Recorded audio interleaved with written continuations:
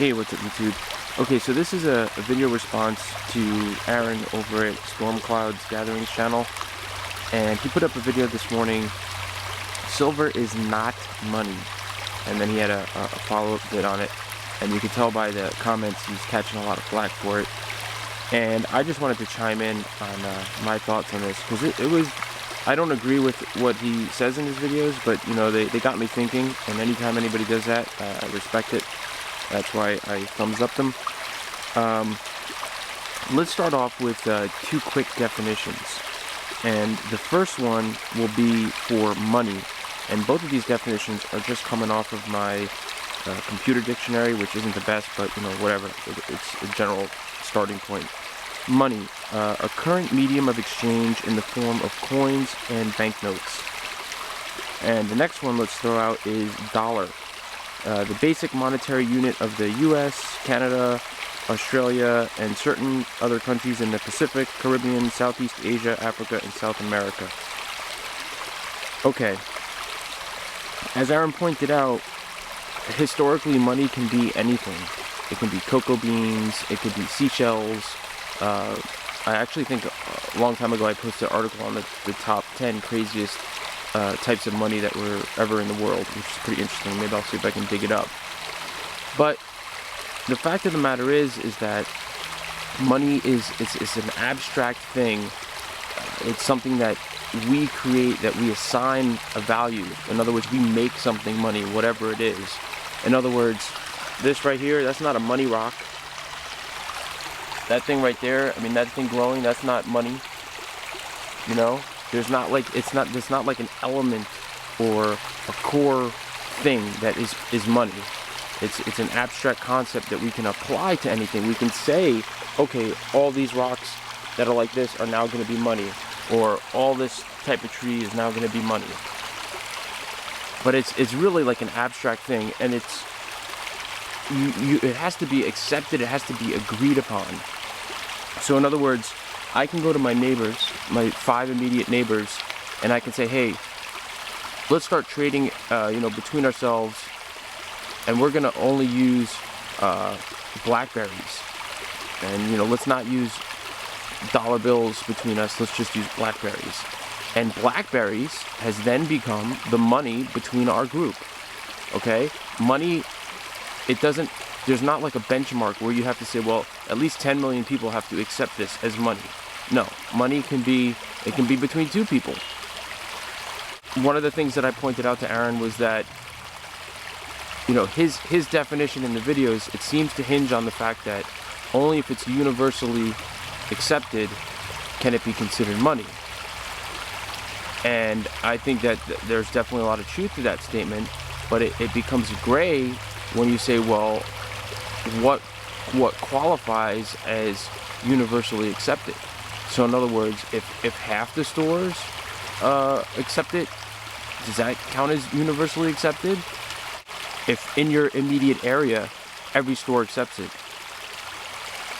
does that count as universally accepted? I mean, if you never leave your area, then that's pretty much universally accepted money. The other thing that I pointed out was that if I have British pounds in my wallet, that's not accepted in the US, right? But it's still money, because if I go to Britain, I can spend it, and it's universally accepted in Britain. So, I don't know, things get really kind of gray. But let's look at this. I know I don't have all the time that I used to have for my videos, so I gotta try and keep it short. Now, what we've got here, my camera zooms in on that, of course, is the current US dollar. And we can see that it says $1. It does say the United States of America, but we all know that this is the Federal Reserve note. And the question has to come up, when you talk about US money, are you talking about Federal Reserve money? This is Federal Reserve money bought by and used by the US. Okay? This right here, this is US money. This is put out by the US Mint. United States of America, $1. Same thing with the gold eagles. Now, for me, being a simple kind of person, first off, if I had a job 9 to 5 and I was getting a paycheck, I'd rather be paid in this than in this. So to me, that's score one for silver being real money. Secondly, as y'all know, I put together these t-shirts a few weeks ago, and I just recently sold one. Actually, I sold 2 of them. I sold 2 t-shirts for 1 silver Morgan dollar.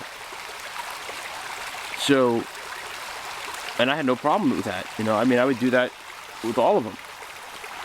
So basically, I valued 2 t-shirts that I made for 1 US dollar, or it was about, I guess at the time, 30 Federal Reserve dollars. And that's the way that I look at it. So in my mind, the fact of the matter is that this right here and gold eagles are actually the only US money. This stuff is a fraud. It's bogus. Most people on my channel would know that, and I'd probably agree with that. But the fact of the matter is, because money is abstract, they convinced everybody that it was the thing to use, even though it was bogus and bullshit, and that's what everybody uses. And that gives it its value and its universal acceptability, and that's why you can go buy your groceries with it. That's it. Later, YouTube. Even though we ain't got money, I'm so in love with you, honey, and everything will bring a chain of love. Oh, by the way, I've got this monster toothache, and I woke up this morning, and the toothache is on the one side. I woke up this morning, and the other side is killing me. Excruciating pain. What's that about? Why does the toothache switch sides? Makes absolutely no sense. I've got some painkillers that I guess I'm gonna have to take. I've been taking a lot of them, so oh well.